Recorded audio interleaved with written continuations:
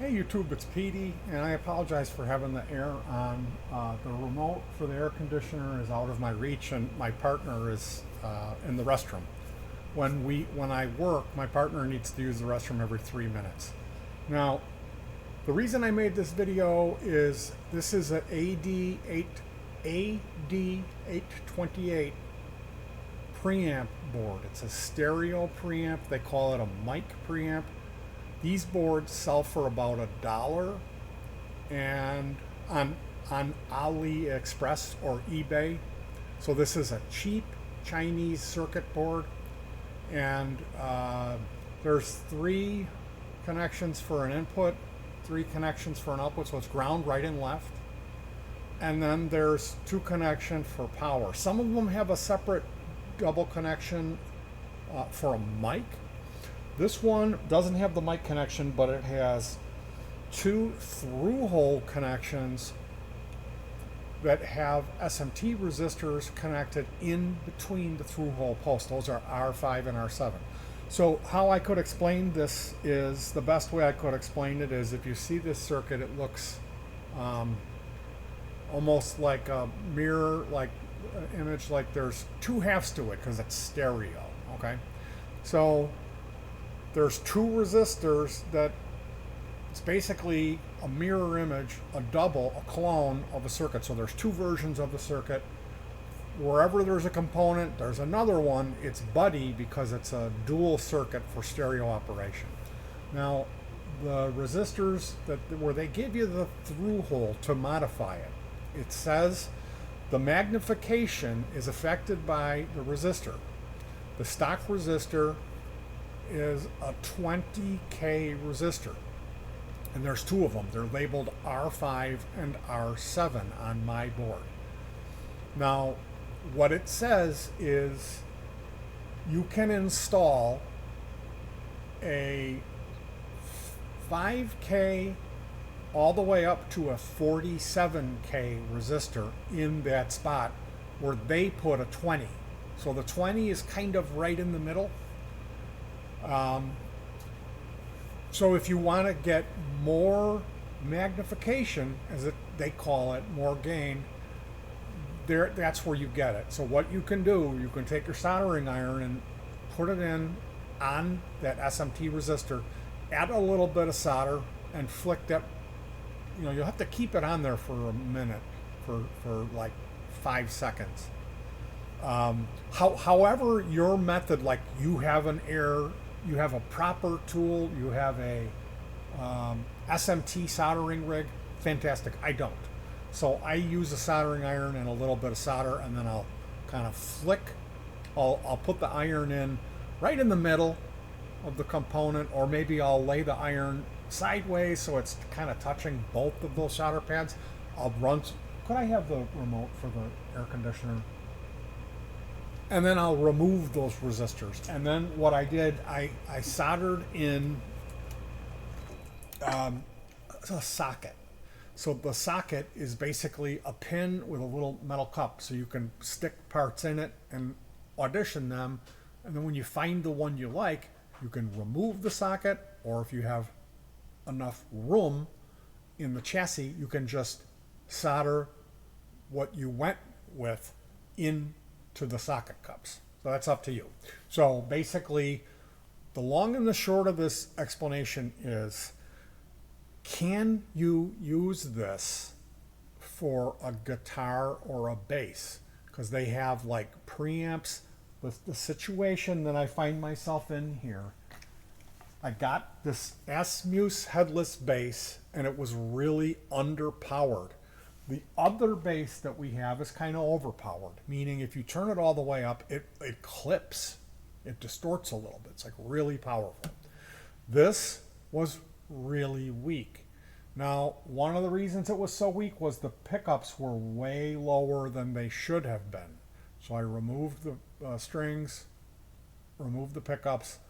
I had some double thick cardboard, and I cut shims and installed the shims in the pickup holes, which they lifted the pickups up much closer. So now there's a 1/4 inch gap in between the bottom of the string and the top of the pickup cover. So it brought the volume up a lot.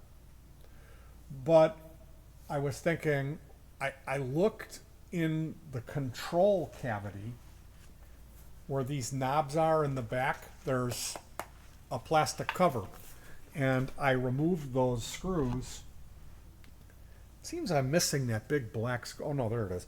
I removed these screws, and lo and behold, there is enough room in the control cavity of this mcuh headless base to comfortably fit a circuit board or two and a 9-volt battery.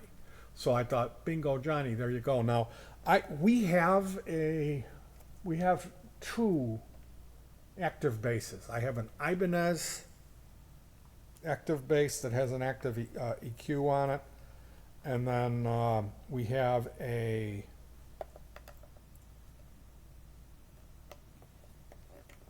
Daisy Rock Elite. Now, before you laugh at me, my wife plays the Daisy Rock. She's a woman. The Daisy Rock Elite bass, if you look at those, they're fine instruments. You know, you'd think, oh, they make it for a girl, it's not going to be a quality piece, but they are. It's a really good bass, and as I mentioned, it has active pickups. One of the caveats is when that battery dies, it's always an inconvenient time. It's usually when we're at a remote at the woods or something, playing outdoors, because we live in a 2-bedroom apartment. So I'm not the biggest fan of active pickups. They're nice in some circumstances. In other circumstances, I find myself wishing I had just regular pickups.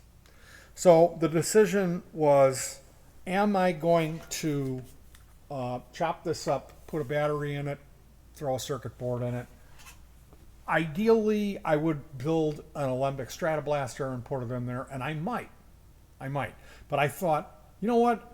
I know I bought at least 3 extras of these just to have them, because you never know when you need a little boost, a little bump in signal here in this house. I do a lot of hacking and modifying and building stuff. So the reason I'm making this video is to tell you the results of my experimentation with the ad828 preamp circuit as installing it into a bass guitar. We set this up. I soldered an input and output jack. This is the ground wire where I could connect this into the jack on the bass is a stereo jack. So I could run this through both of the grounds and have the insertion of the jack turn the preamp on. And when you take the jack out, it shuts the preamp off, saving the battery. So it's like everything was there. There was enough room. Why don't you do it? Well, number one, we removed the gain resistors, and we put a maximum gain resistor in, and it did make the bass louder. It did, significantly. Number two, when we had this in line, the effect of the tone control was diminished greatly. Now, I don't understand why. I'm guessing it's an impedance issue. I'm guessing that circuit is designed to function just as it is. So I thought, well, if the tone control is having a much less significant effect with this in line, what about if we put a buffer in between the bass and the preamp? Because all of this is done testing external, and if I like it, we put it internal. And then I use shielded wire. It's much shorter runs. It's not out in the open next to a soldering iron and a bunch of lamps that are going to make it buzz. Because that was the other thing. When we removed the gain resistors and I put the highest value in here, even with the buffer, there was noise. Now, when I grounded the bass, when I touched the strings, the noise decreased greatly, but not like it did when I didn't have anything in, when it was just passive. The passive won simply because we would have had to put a buffer circuit in here. So it would be a buffer and the preamp. And I know the battery would have lasted at least a year, but still. As it is now, when we bought this bass, we also bought a multi-effector. It's always going to be used with the multi-effector. So we'll just set the gain levels for this bass. And if we run another bass on it, we'll know, well, maybe don't turn that bass all the way up to 10 would be one solution. Or I have load boxes that I've built. I have pickup simulators that have a transformer in them where you can convert an active bass or whatever into looking more like a single coil. I've built those. It's a decoupling transformer, some circuitry. It's a pickup simulator pedal. So that's all interesting stuff. And like I said, I just wanted to let you guys know if you're the guy like me who's on AliExpress and you see these preamps and you think, ding, ding, ding, I could put that in a guitar. You can. These work. If you need more gain than stock, do what I said. Remove that resistor and cut in a 45K. That's maximum. Or a trim pot so you can adjust it. It is going to affect your tone control. You can put a larger size capacitor in. That will be one way to get around that. You could put the buffer in. That's what I would recommend. So the ad828 is a cheap option if you don't want to build it from scratch. If you are capable of, you have a little bit more money, they have Artec onboard. There's a budget brand that's $20 that comes with the push-pull knob pot that you can, for 20, you can get on AliExpress and just cut that into your guitar. It comes with the jack and the 9-volt clip. And you just basically cut your existing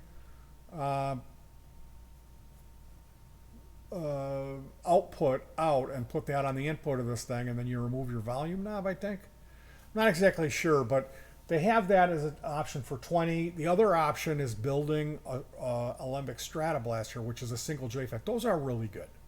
People use alembic stratoblasters on the bass too. They're fine. They're not just fine, they're awesome on a bass. So that's another way to do it, because I found, like, we had the 47K resistor in this, and then we put the buffer in front of it, and it was like, that's a bit hot. It was a bit hot. We had to have the buffer in to get the tone control to work. So then it's like, at this point, I'm getting dangerously close to becoming irritated if my wife takes her hands off of the bass and it starts making noise through the PA. I'm going to be like, what are you doing? Put your hand on never take your hand off the instrument, when we're out here. I don't want to put her through that. I don't want that on camera. You know what I mean? Me look like more of an asshole than I already am. So, you certainly can use this, though. It's $1. Like if you're doing a parts kit or a kit guitar and you're good with a soldering iron, this is an option, because the thing about that is people can poo-poo you and point fingers and call you names, but you can always spend an hour and disassemble it. You can always rip it out of there if you find you don't like it. And I would much rather rip something that I paid $1 out than something that I bought each individual component and paid $16 shipping from an electronic supply company and had to hand cut the board and do a Vero. You know what I mean? That would be a bigger failure to me, tearing that out than tearing this out. So again, it is an option. It does work. They don't have them listed on the auctions like that. They just say this will work with a microphone. It'll work as a preamp, for your audio signal. And it'll work for a guitar pickup too. It's just that if you want your tone control to work like it did, you'll need to put a buffer in. So there you go. And there's other solutions for this that are more specifically designed to partner up with an actual guitar pickup, which is the Alembic Stratoblatser. And you don't get a real lot of gain with that. So if it just depends on what you're looking for. And keep in mind, the more gain you add, the more noise you add too. So something like a 6 dB boost is going to be, it's going to be hot. It's going to be like, that's what you want. You know, like the Tillman. The Tillman is 3 dBs. That's just a JFET buffer. So that's an option.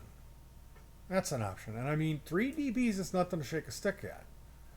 But it's also not going to raise your noise levels up to make a significant issue. And especially if you're smart and you use shielded wire. Because even if it's in a, you know, oh, I got shielding on my guitar and all that, well, you can do whatever you want. You know, if you want to use real thin wire that you know, when you cut up your old IDE cable from your computer hard drive, you can. But I'm not going to do that. I'm going to find a nice old RCA cable and cut that up, cut the ends off of that, and use a shielded cable that's well made where the shielding is respectable. I like thicker wire. And I read on Tagboard Effects, the guy who was making the pedals, the guy who was making the Vero layouts, I believe it was him. He said that he switched up to using thin gauge wire because it was so easy. And then he went back to the thick wire, and he said there was a noticeable difference in the same pedal with the thin wire with the thick. So that's something I read online, and I'm not the guy who's going to go, oh, you know, if you read it online, it's true. But what I am going to say is, if I have a choice between a little thicker wire and a thin wire, I'm going to go with the thicker. And it may not be so much for signal degradation as much as it is for longevity. For the more I move this thing around, the more chance it's going to break off right at the solder point. And I don't like that. That's going to ruin my day. Anyway, you guys, I hope you found this video helpful. Like and subscribe, leave a comment. I like it when people comment. If you're a know-it-all guy and you've arrived and you know everything and you're looking down at me, go fuck yourself. Find somewhere else to go. I don't need people like that in my life constantly editing every move that I make, letting me know that it's okay if I'm doing something. I'll ask if I need your help. You know what I mean? I just don't need that in my life. And at the same turn of the screw, you need to kind of examine why you think that's cool to do that to somebody. If you're doing that to somebody, you need to examine your own shit up here. Why are you doing that? You have some insecurity or something that's you need to put yourself above other people? Because I'll tell you what, we're all flawed. We're all flawed.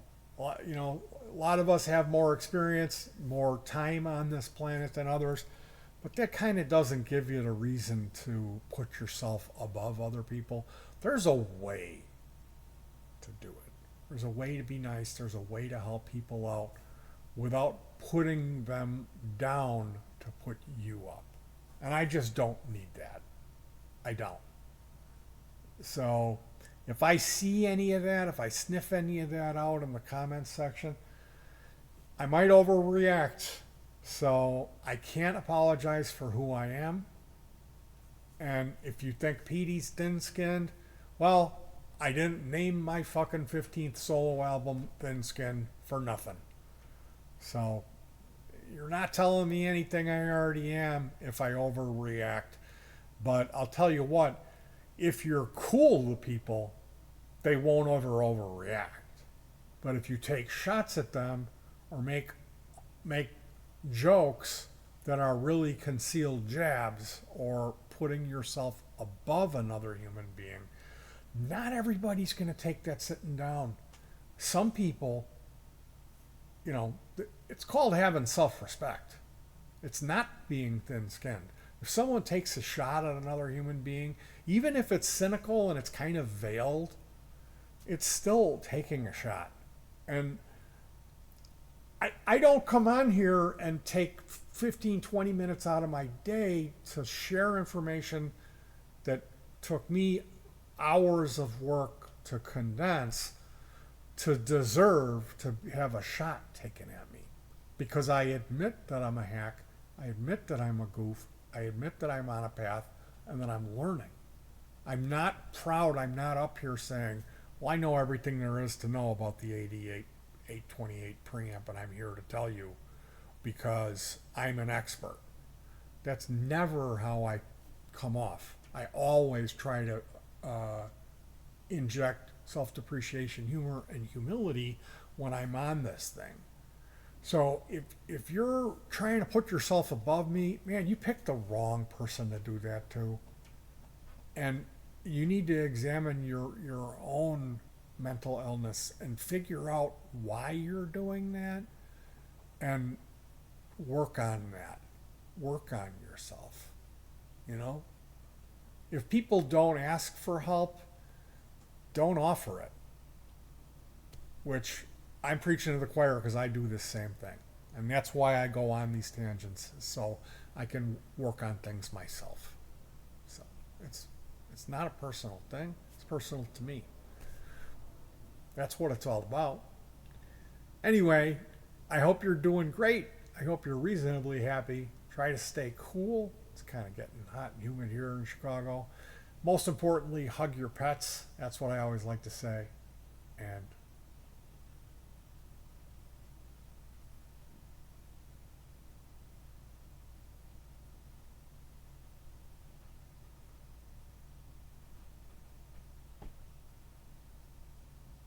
peace.